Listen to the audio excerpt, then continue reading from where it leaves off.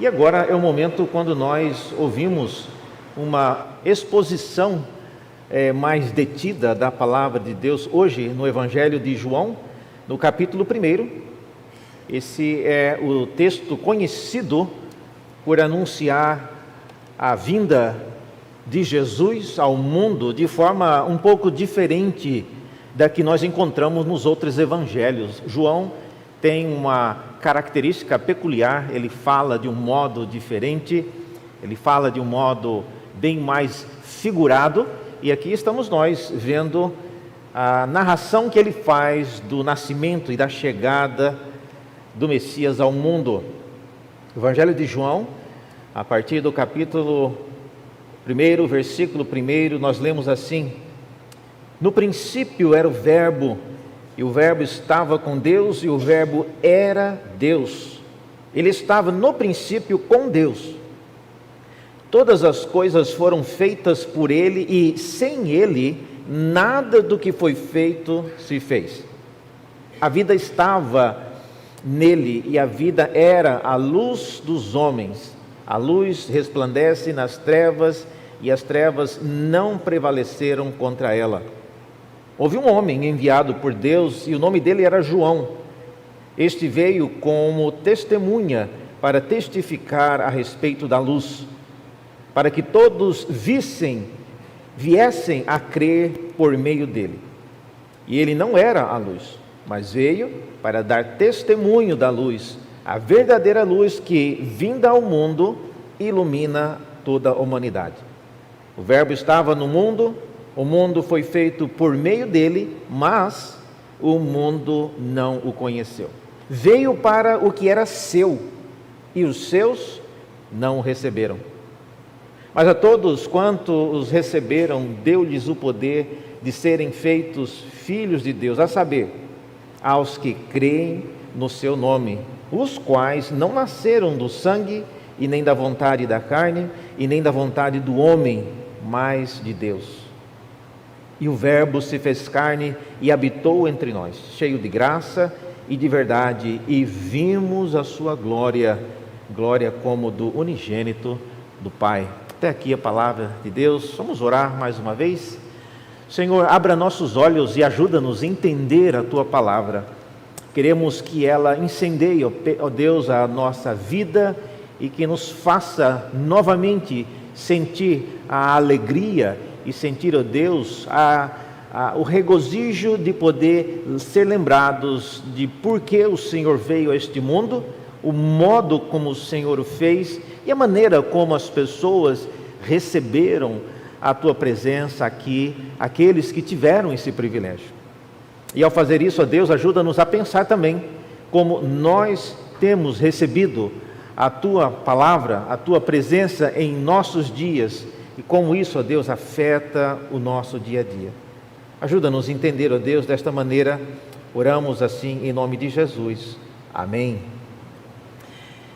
Meus irmãos, qual é a pessoa mais ilustre que já visitou a sua casa? Eu visito muito a casa das pessoas e não é raro, às vezes, eu chegar na casa de alguém, especialmente pessoas, às vezes, que gostam de algum artista. Então, uma senhora que tem uma foto abraçada a Roberto Carlos, ou alguém que já foi um dia católico numa fase da vida, uma foto abraçado com um papa, pouco provável, mas tem de tudo, ou uma foto com um presidente da república.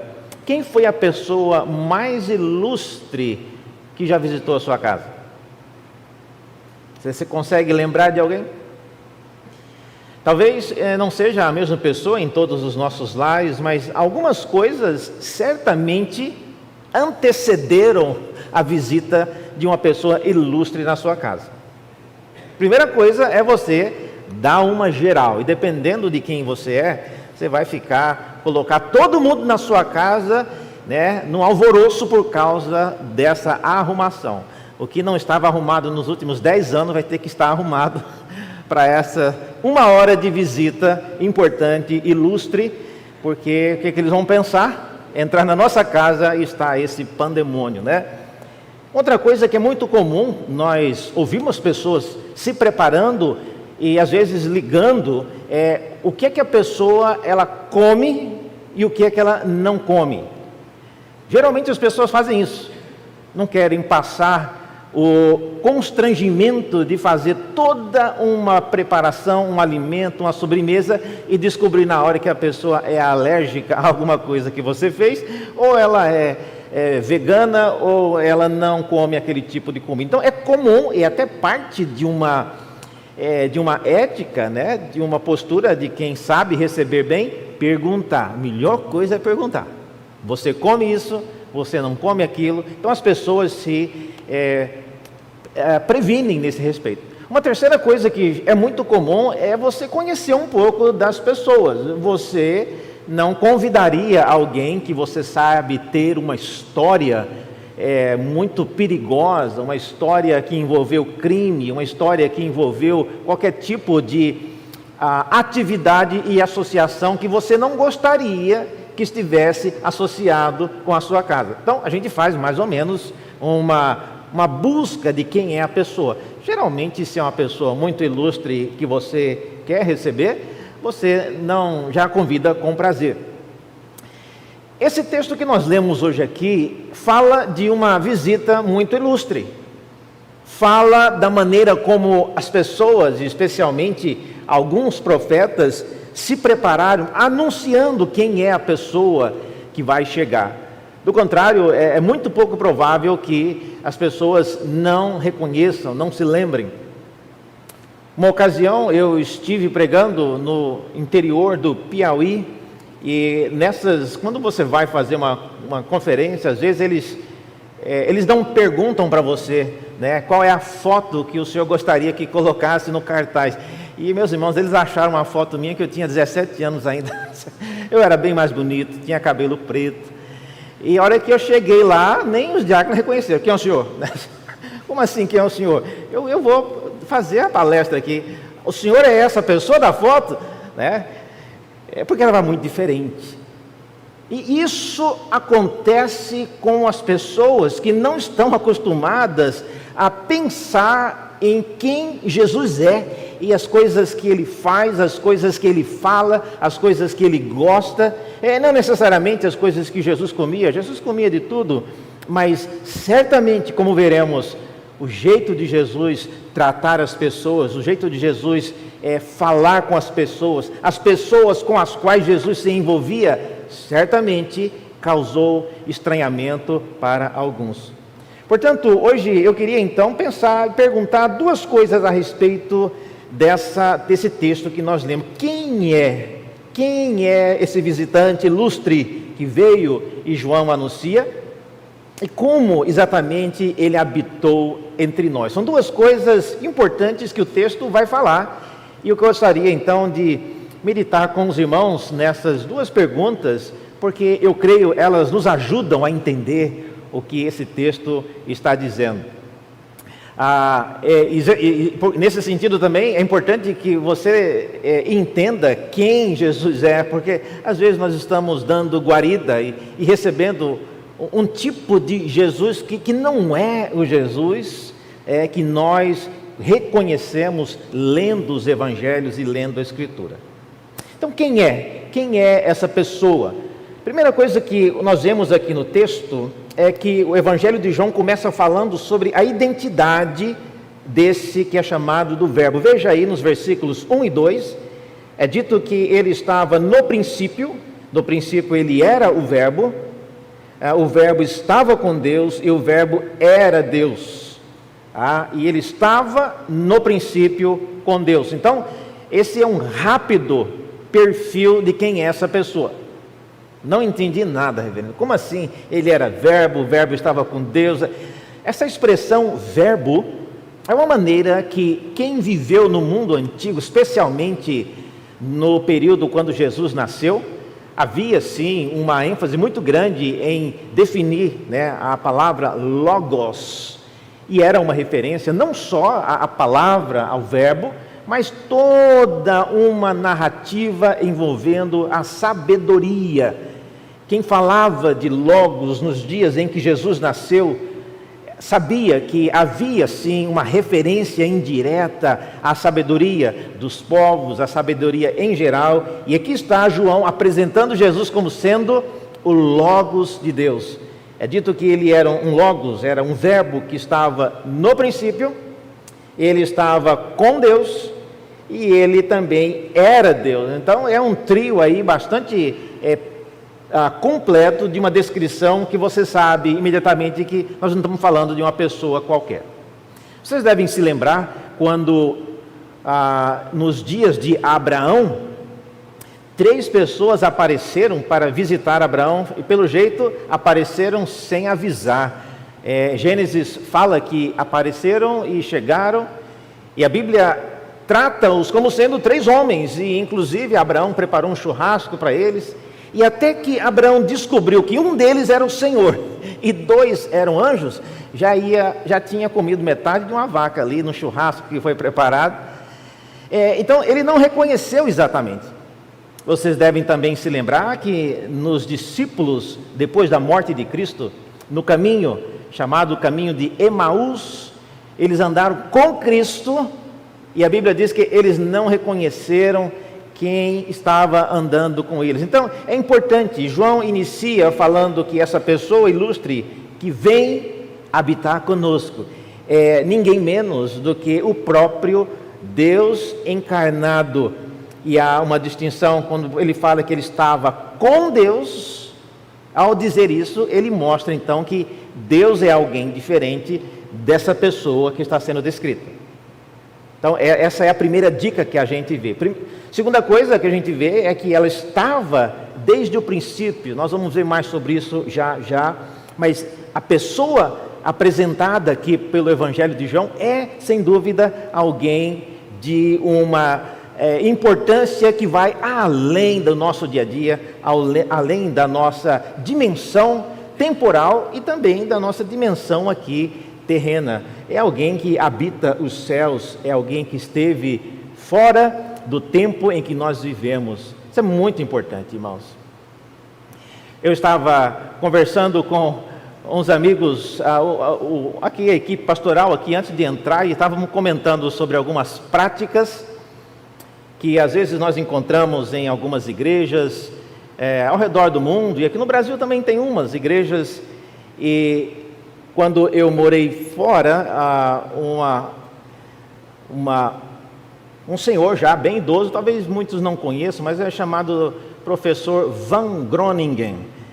Ele, quando eu o conheci, ele já tinha 80 e alguns anos. Ele participou da Segunda Guerra Mundial, quase foi para a Primeira, e ele então conhecia muita história.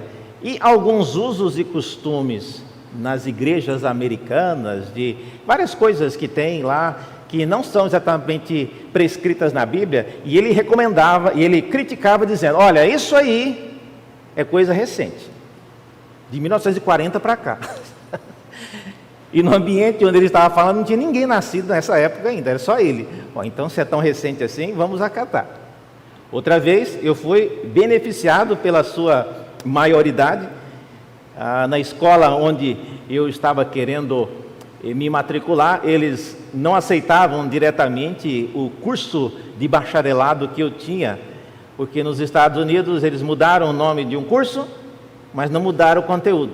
E aí novamente, a sua sabedoria, quase que eterna, ele não encontra, eu lembro disso como se fosse hoje, estavam eu, o chefe lá da escola, que era parte da secretaria, e mais uns outros conselheiros, todos eles juntando a idade de todos eles, não dava a idade do senhor Van Groningen. E aí novamente, olha, isso aí é coisa nova que eles inventaram. Em 1940 para cá. Antes disso, esse curso aí era sim reconhecido. Então, mais uma vez, eu fui salvo pelo conhecimento de uma pessoa que já viveu mais tempo. E é importante, irmãos, que nós entendamos isso. Todos nós somos mortais, todos nós vivemos muito pouco em relação àquele que vive para sempre. Da mesma maneira que nós podemos explicar várias coisas, e eu que sou relativamente novo aqui na igreja de Santo Amaro, às vezes as pessoas me lembram, olha, reverendo, esse piso onde o senhor está aí que é mais alto, não era assim. Essa parede ali também não era assim. Então, várias coisas, para quem já viveu um bom mais tempo, tem uma perspectiva diferente. Olha, João está dizendo que esse que vem nos visitar, esse que veio e se fez carne, é alguém que habitou a eternidade. E ele tem um conhecimento pleno, não só porque ele conhece todas as coisas, mas ele tem essa visão de alguém que esteve fora dos nossos dias e da nossa vida que se passa dia após dia. Segunda coisa que João usa para descrever são os seus feitos. Vocês viram aí? A partir do versículo 3 até o versículo 5, olha só, ele começa a descrever algumas coisas que esse visitante ilustre fez. É dito que todas as coisas foram feitas por ele, e sem ele, nada do que foi feito se fez. A vida estava nele, a vida era a luz dos homens, e a luz resplandece nas trevas, e as trevas não prevaleceram contra ela. Essa amarração de todas as coisas sendo oriundas, tendo sido criadas nesse ou por meio desse visitante ilustre, é algo, irmãos, que nos faz pensar, obviamente, na criação. Nenhum outro lugar nas Escrituras fala de maneira tão detalhada de como Cristo esteve presente na criação do que o Evangelho de João, e também um texto que aparece em Provérbios. Olha só, esse texto de Provérbios, depois leia o capítulo completo, mas aqui eu vou ler só a partir do versículo 26. Nesse texto que nós vamos ler aqui, a sabedoria é quem está falando, e ela se descreve como alguém semelhante a quem João está descrevendo aqui. Mais para frente, o apóstolo Paulo dirá que a sabedoria de Deus é Cristo. Cristo não contém a sabedoria de Deus, ele é. Pois bem, veja o que a sabedoria diz em Provérbios. Deus ainda não tinha feito a terra, nem os seus campos, nem sequer o princípio do pó do mundo, e eu estava lá. Quando ele preparava os céus, quando traçava o horizonte sobre a face do abismo, estava lá. Quando ele firmava as nuvens em cima, quando estabelecia as fontes do abismo, quando fixava ao mar os seus limites, para que as águas não transgredissem a sua ordem, quando ele compunha os fundamentos da terra, eu estava com ele, e eu era o seu arquiteto. Dia após dia eu era a sua alegria, divertindo-me em todo o tempo na sua presença. Então esse aqui é um rápido vislumbre de como Jesus, de como a segunda pessoa da Trindade esteve presente na criação. Então não era simplesmente Jesus, ele não estava na criação apenas como um observador, como uma pessoa que ficava ali de pé esperando o Pai criar todas as coisas e ele de alguma maneira apreciar o que foi criado. Não, o texto diz que todas as coisas estão amarradas, foram criadas por meio dele, por meio do Filho. Então isso é interessante, meus irmãos, nós pensarmos nisso. Não é sem razão, como nós vimos já de manhã e já falamos em outra ocasião, que quando Jesus nasceu, os céus se moveram. Nós falamos sobre isso, né? E que há uma estrela específica, uma estrela dedicada para apontar o nascimento do Redentor. Então, isso são detalhes que mostram que toda a criação sabe, e ela de maneira bastante focada age para manifestar essas coisas. Portanto, esse visitante ilustre, ele é alguém, olha só, que esteve com Deus, ele é alguém que era Deus também, ele é alguém por meio de quem todas as coisas foram feitas, e ele é alguém que tem uma luz que, partindo dele, ilumina todos. Ninguém permanece em trevas quando em relação com esse visitante ilustre. Então essa é a maneira que João descreve inicialmente a vinda e o nascimento e a chegada desse visitante ilustre. Isso é muito diferente, meus irmãos, porque se você olhar os outros evangelhos, os evangelhos geralmente vão iniciar falando de Jesus nascendo de uma virgem, Jesus numa manjedoura, Jesus sendo recebido pelos pastores que vieram cantar, os 3 magos que vieram visitá-lo. Toda essa narrativa não aparece no Evangelho de João, mas ele projeta essa pessoa, ele projeta a descrição, o perfil dessa pessoa como alguém que vem dos céus, alguém que vem, que habitou a eternidade e agora vem habitar conosco. A segunda pergunta é: como é que isso aconteceu, reverendo? Como é que uma pessoa que é eterna, ela veio habitar entre nós? Qual que é a lógica disso? Como que uma pessoa que habita a eternidade consegue adentrar a temporalidade e andar e perambular entre nós? Há muitas coisas complexas, irmãos, que acontecem e que nós não temos como saber exatamente, mas Deus mandou e Ele criou meios para que isso acontecesse. Primeira coisa que é mostrada aí a partir do versículo 6 é que houve um anúncio da sua chegada. Houve um homem, diz o versículo 6, enviado por Deus, e o nome dele era João. Este veio como testemunha para testificar a respeito da luz, para que todos viessem a crer por meio dele. Ele não era a luz, mas ele veio para dar testemunho da luz, a verdadeira luz que, vinda ao mundo, ilumina toda a humanidade. Esse papel de João Batista é um papel muito conhecido. Eu não sei quantos de vocês gostam de assistir, pelo menos filmes, mas onde aparece, né, o equivalente à Câmara dos Deputados na Inglaterra, ou nos Estados Unidos também tem isso, mas quando chega a pessoa, ou a rainha, ou o chefe da casa, ou o presidente da república, geralmente tem um arauto que vai adiante, no salão onde estão todos reunidos, e ele grita em alto e bom som: senhoras e senhores, né, a rainha da Inglaterra. Aí a pessoa entra. Então é uma maneira de anunciar quem é a pessoa adentrando o recinto, quem é a pessoa chegando ali. O arauto também fazia isso, possivelmente para invocar um pouco de silêncio e respeito. As pessoas que conheciam quem estava sendo anunciado chegaram ao ambiente, já se posicionavam de maneira adequada. Portanto, o papel de João Batista no mundo antigo, ele é muito conhecido. É alguém que veio para anunciar, para preparar o caminho.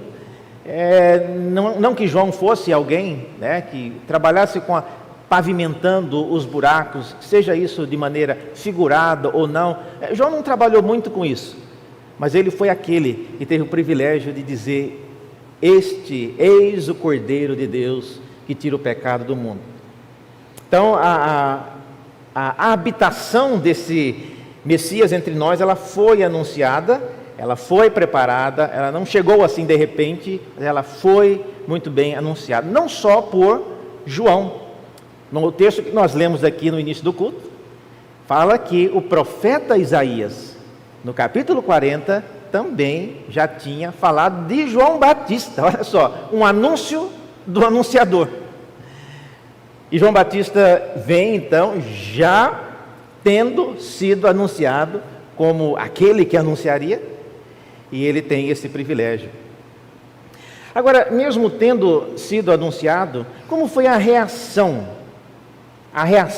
à chegada desse que habitou entre nós? Isso é uma coisa interessante. A primeira reação que a gente vê, que o texto menciona a partir do versículo 10, é a reação dos que não conheceram. Vocês viram aí? O verbo estava no mundo, o mundo foi feito por meio dele, mas o mundo não o conheceu. Eu não sei se você já teve essa experiência de alguém, especialmente seus pais, chamam vocês, que são os filhos: fulano, você lembra desse senhor aqui? Aí o filho fala: não lembro, mãe. Lógico que lembra. Né? Você cresceu brincando com essa pessoa, ele vivia aqui em casa, mas não lembro.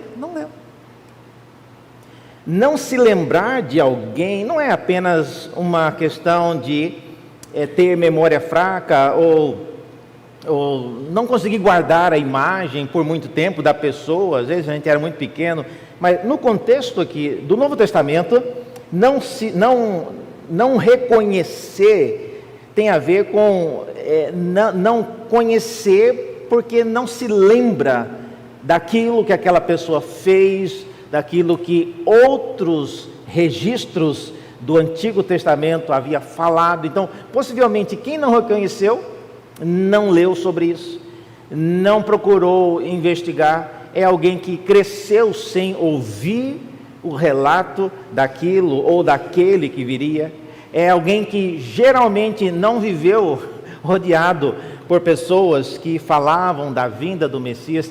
Então, não reconhecer ou não o conhecer reflete já um estilo de vida de alguém que não tem a menor ideia do que estamos falando.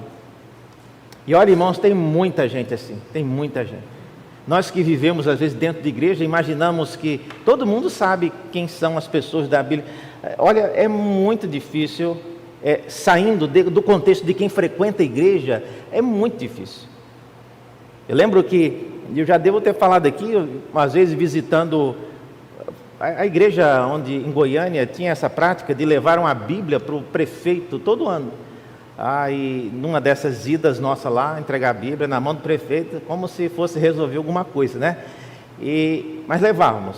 E chegamos lá, ele recebeu com muito respeito, e naquele ano, já era a 24ª Bíblia que ele tinha recebido. Uma estante assim, repleta de Bíblias de todas as denominações, de todas as cores, de todo tamanho. E ele, querendo mostrar que era um pouco entendido de Bíblia, me garantiu que ele já tinha lido a Bíblia várias vezes, de Gênesis a Policarpo, né? E fiquei pensando, onde é esse livro de Policarpo? Era Apocalipse, ele confundiu por Policarpo. Então mostra aí o nível de conhecimento que ele tinha. Pessoas que não cresceram lendo a Bíblia, pessoas que não cresceram ouvindo a Bíblia. Semelhantemente, irmãos, quando o texto fala que eles não o conheceram, de cara reflete já ser pessoas com um estilo de vida que não tinham costume de ouvir sobre aquilo que Cristo seria, como Ele viria, onde Ele viria, como os magos fizeram de maneira muito fácil e muito lógica.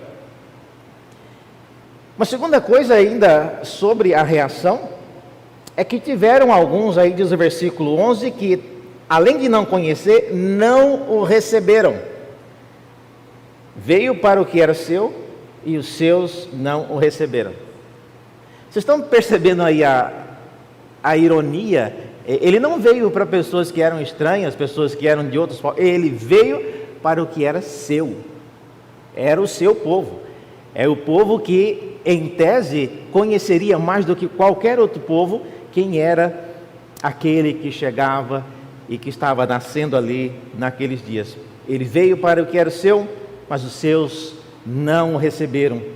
Não receber significa não aceitar a pessoa, significa talvez não aceitar os seus feitos, mas também significa não aceitar o propósito da visita. E foi exatamente isso que aconteceu com Jesus em várias das vezes em que ele foi contestado e ele foi confrontado por aqueles que recebiam a sua visita por causa daquilo que Jesus representava.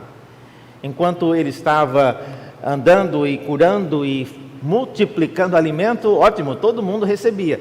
Mas quando ele começava a elaborar uma palavra mais dura e direta, muitos o rejeitaram, muitos não o receberam. De modo que o texto apresenta Jesus como uma pessoa que não foi uma pessoa popular em seus dias, não foi uma pessoa bem recebida em seus dias. Olha, irmãos, eu já tive que lidar com tantas pessoas e às vezes as pessoas fazem a seguinte recomendação: pastor, receba fulano na igreja, ele é meio estúpido assim, mas lá no coração dele ele é uma pessoa muito boa, lá dentro, bem lá dentro mesmo, e tudo para fora reflete uma pessoa muito estúpida, uma pessoa muito antagônica ao Evangelho, mas lá no fundo, assim, bem lá no fundo, ele é uma pessoa maravilhosa. Jesus era uma pessoa que, não só lá no fundo, mas também em toda a sua presença, ele era uma pessoa maravilhosa, mas muitos não o receberam. Isso porque nós não conseguimos, às vezes, ver quem realmente as pessoas são, a menos que nós gastemos tempo lendo um pouco sobre o que ela já fez, as coisas que ela falou, as coisas que ela prometeu fazer. E por causa disso, uma terceira coisa ainda, refletindo a reação, é dito aí no versículos 12 e 13, que houve também os que o receberam, e esses que receberam o poder também de serem feitos filhos de Deus, a saber, os que creem em seu nome. Então, essa foi uma reação diferente das duas primeiras. Teve pessoas também que o receberam. E receber aqui não é simplesmente, por favor, por aqui, entre na minha casa. Não, receber, segundo o texto, significa crer naquilo que ele é. Significa ser feito filho de Deus. É diferente de simplesmente você receber como um hóspede na sua casa. Meus irmãos, Jesus não é alguém que quer ser recebido na sua casa como um hóspede para um rápido almoço, um café, um brunch e tchau. Não, Jesus quer ser um hóspede que habite para sempre conosco. Ele não é uma visita para ver só a nossa casa arrumada, para ver só o período da nossa refeição e depois tchau, fechamos a porta e nós voltamos à vida que tínhamos antes. Não é esse o propósito. O texto diz que aqueles que o receberam, vocês viram aí? Aqueles que o receberam, eles foram feitos filhos de Deus. Então é mais do que simplesmente abrir a porta. É por isso que na tradição reformada nós não usamos mais essa expressão de você abrir a porta do seu coração para deixar Jesus entrar. Ele está batendo na sua porta, você está quase a ponto de desistir de você. Eu vou mudar para o próximo, né? Que esse aí não vai abrir, ou está surdo ou não quer abrir mesmo. Não, a gente não pensa dessa maneira. A graça é irresistível, e aqueles que recebem a visita e recebem porque creem, porque entendem quem Jesus de fato é. Além disso, diz aí que alguns, em último lugar, não apenas receberam, mas também o conheceram. Interessante, o versículo 14 é a última descrição que o texto faz, refletindo aí um relato de quem conheceu, e aí fala agora como quem conhece, como alguém sabe quem a pessoa é, não precisa dar explicações. E o relato diz que esse que nos visita é o Verbo que se fez carne, ele habitou entre nós, cheio de graça e de verdade, e nós, João está dizendo, vimos a sua glória, glória como do unigênito do Pai, ou seja, o Filho único. Irmãos, nós às vezes passamos longe de ver o que Deus está fazendo, não é porque nós não temos teologia, não, é porque nós não conhecemos os relatos feitos a respeito de Cristo nas Escrituras. E ignorância, às vezes, é uma bênção, mas outras vezes não. Uma vez eu estava num voo que saiu de Bogotá e vindo para o Brasil, e no avião estava comigo, eu não tenho a menor ideia quem era, mas era Shakira. É uma cantora, eu nunca vi falar. Como? Shakira, aí, nem o nome eu sei direito. E eu fiquei sabendo da pessoa ilustre para outro. Eu não tinha a menor ideia, se me botasse do lado da Shakira, eu não ia saber quem era. Mas na hora que o avião pousou, eu vi que estava um pandemônio lá fora. Um monte de jovem gritando. Eu falei, gente do céu, quem é? Né? E aí, na hora que saímos todos, e essa tal da Shakira estava realmente no avião. Mas olha, eu não tinha como conhecer, eu não tinha a menor ideia. Se me perguntasse se ela era alta, baixa, eu não tenho como descrever quem, até hoje eu não tenho, quem era Shakira. A ignorância, às vezes, nos faz passar despercebido de coisas grandiosas que estão ao nosso lado. Não, Shakira, esse é um exemplo. Ela, comparada com Cristo, não é nada. Mas, às vezes, Deus faz coisas grandiosas ao nosso redor e nós não sabemos. Só tem uma maneira de você saber isso. Primeiro, lendo as Escrituras, o relato dos Evangelhos, para saber o que Deus faz e o que Ele é. E depois, conversando com as pessoas para saber o que Deus tem feito na vida uns dos outros. O verbo que João apresenta aqui, ele diz que esse verbo, primeira coisa, é um verbo que se fez carne, ou seja, ele se tornou ser humano como nós. Jesus não é simplesmente um espírito, ele não é uma imaginação, ele é alguém que se tornou, ele fez homem. Segunda coisa, ele habitou entre nós, ele não veio como um passageiro rápido, ele veio para ficar. Ele veio para ser homem e ser o nosso representante, e ele é homem ainda hoje, e ele permanece sendo o nosso mediador. Então, essa expressão habitar, para quem conhece a história do Antigo Testamento, reflete a localização do tabernáculo no meio do acampamento. E ali é descrito que a glória do Senhor tabernaculava no meio do povo. E essa a mesma ideia que o texto apresenta aqui, quando usa a expressão, ele habitou entre nós. Também esse que veio é alguém cheio de graça e de verdade. São expressões que descrevem a glória e a presença gloriosa de Cristo, e não apenas gloriosa, mas é alguém que tem conteúdo, tem uma palavra. A verdade é aquilo que permeia aquilo que ele faz, aquilo que ele é, e finalmente o texto diz que nós vimos a sua glória, mas uma glória peculiar, uma glória de alguém que é filho de Deus. Nesse sentido, infelizmente, ainda nós não tivemos esse privilégio. Alguém de vocês aqui já teve oportunidade essa semana de ver Jesus? Certamente não.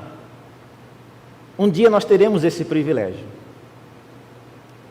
Mas diferente do que às vezes algumas pessoas imaginam, mesmo que você tenha esse privilégio, eu encontro com pessoas frequentemente que dizem: olha, pastor, quando eu encontrar com Jesus, eu tenho um caderninho cheio de perguntas que eu quero fazer, e até hoje eu não consegui resposta. Olha, se você chegar com esse caderninho, a primeira coisa que Deus vai fazer é pegar esse caderninho seu, jogar fora, né? Senta aqui, meu filho, tem muito mais que você precisa saber. Todo esse caderninho aí são coisas que fazem parte de uma existência limitada ao tempo e ao espaço, e agora nós estamos numa nova dimensão. Todas essas coisas já passaram, e essas perguntas, que são geralmente questões teológicas que ninguém nunca conseguiu responder, e às vezes a gente fica travado com isso. João apresenta o Filho de Deus como um verbo que habitou entre nós, cheio de graça, de verdade, e como uma glória peculiar, uma glória como do unigênito do Pai. Conclusão. Como que nós poderíamos concluir isso em alguma coisa que pudesse ajudar-nos em nosso dia a dia? Queria deixar duas perguntas com vocês. Primeiro, qual é o seu conhecimento daquele que habitou entre nós?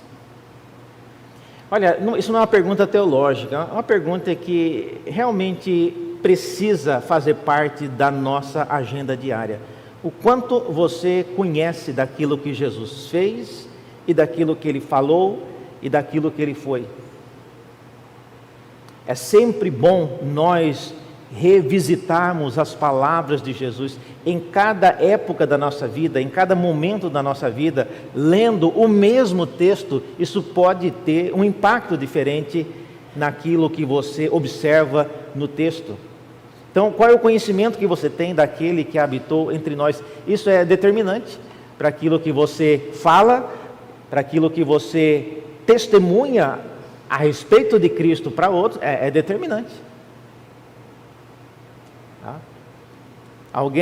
Outra pergunta que você poderia pensar: como o conhecimento que você tem dele afeta o seu estilo de vida? Conhecer a respeito do Messias não é simplesmente como conhecer um personagem em um livro, uma novela ou uma ficção que você conhece, pronto, tem o conhecimento. Conhecer a Cristo tem um impacto profundo na vida de quem verdadeiramente conhece, porque como João falou, aqueles que o conheceram, eles foram feitos filhos de Deus.